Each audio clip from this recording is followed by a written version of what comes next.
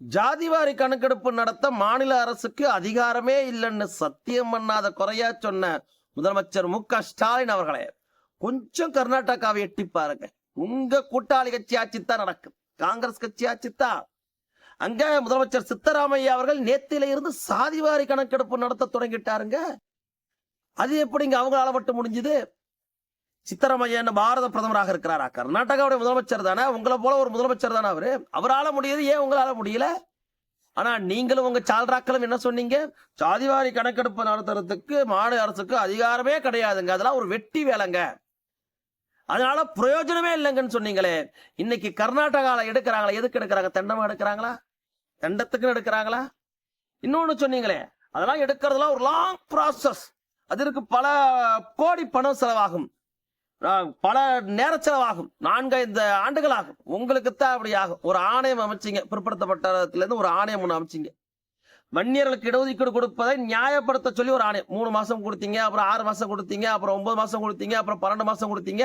இப்ப 2 வருஷத்தை தாண்டி ஓடிக்கிட்டு இருக்காது, 3 வருஷத்தை தாண்டி ஓடிக்கிட்டு இருக்க அந்த ஆணையம் எதுக்குத்தான் அமைச்சவனே தெரியாது. ஆனால் கர்நாடகாவில் வெறும் 15 நாட்களுக்குள்ளார சாதிவாரி கணக்கெடுப்பு நடத்தி தாக்கல் செஞ்சிடணும்னு சொல்லியிருக்கிறார். அது சமூக நீதி அரசு, அது சமூக நீதி அரசு. நீங்க தமிழ் சமூகத்தை அழிக்கக்கூடிய அரசு, அப்படிதான் சொல்லலாம் வேண்டுமான. இத்தனைக்கும் கர்நாடகால சமூக நீதியினுடைய தேவை தமிழகத்தின் ஒப்பிடுற அளவுக்கு அந்த அளவுக்கு இல்ல. அங்க பூர்வகுடி மக்களுக்கு எந்த பிரச்சனையும் இல்லை. அவன் இன உணர்வோடு மான உணர்வோடு இருக்கிறான். தமிழனை எதிர்க்கிறாங்க, இருந்தாலும் அவன் இனமான உணர்வோடு இருந்துதானே எதிர்க்கிறான். தமிழன் தான் கன்னடம் உருவானுச்சு, ஆனா ஒத்துக்க மாட்டேன்றான். ஏன்னா என் தாய்மொழி மேலானது, நான் ஒத்துக்க மாட்டேன் அப்படின்றான்.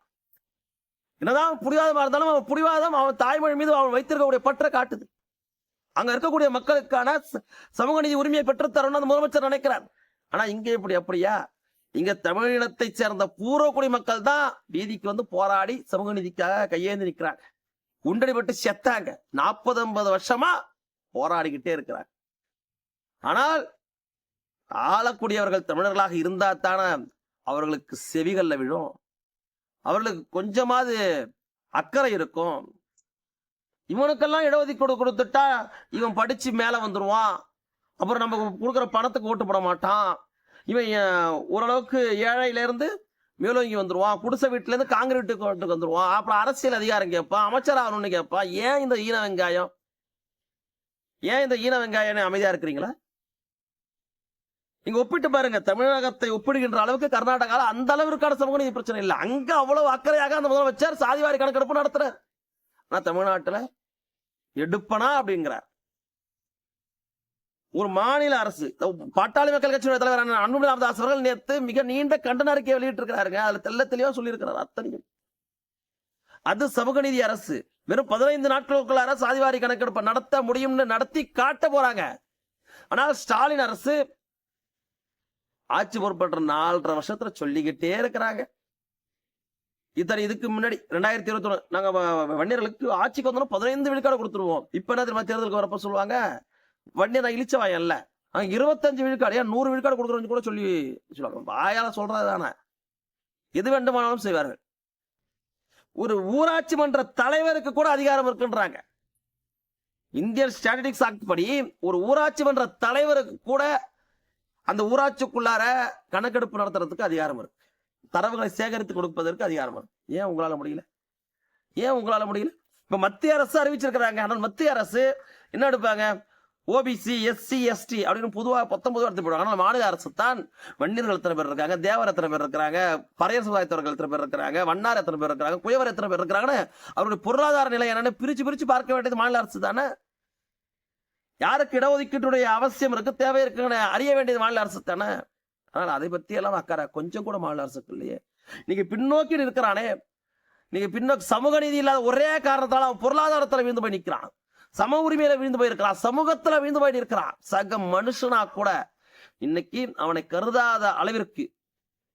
நீங்க பாருங்க, நான் சொல்றது ஒண்ணு மிகப்படுத்தியெல்லாம் சொல்லல, உண்மையாகவே சமூக நீதி புறந்தள்ளப்பட்டதனால் நமக்கு இடஒதுக்கீடு கிடைக்காத காரணத்தினால் நம் மீது தீண்டாமையை ஏவுகிறது ஒரு சாரார் கூட்டம். நீ ஏதோ ஒரு அலுவலகத்துக்கு போங்களா, நீங்க அலுவலகத்துக்கு போங்க, அங்க ஒரு தீண்டாமையை நீங்க பார்க்க முடியும். இப்படியான ஒரு கொடுமைய ஒரு கொடூரத்தை இந்த மண்ணுல விதைத்து கொண்டிருப்பது யாரு? ஆட்சியில் இருக்கக்கூடியவர்கள் தான். இந்த கணக்கெடுப்பு நடத்துவதற்கு பெரிய அளவிலான கால அவகாசம் தேவையில்லை, பெரிய அளவிலான பொருட்செலவு இருக்க போறதில்லை, பண செலவு இருக்க போறதில்லை.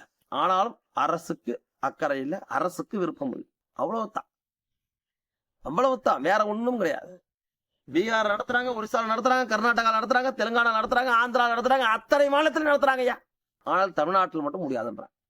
ஏன்னா அந்த மாநிலத்தை அந்தந்த மாநிலத்தவர்கள் ஆள்கிறார்கள், அந்தந்த மாநிலத்தை அந்தந்த இனத்தவர்கள் ஆள்கிறார்கள். ஆனால் தமிழ்நாட்டில் மட்டும்தான் விதிவிலக்கு.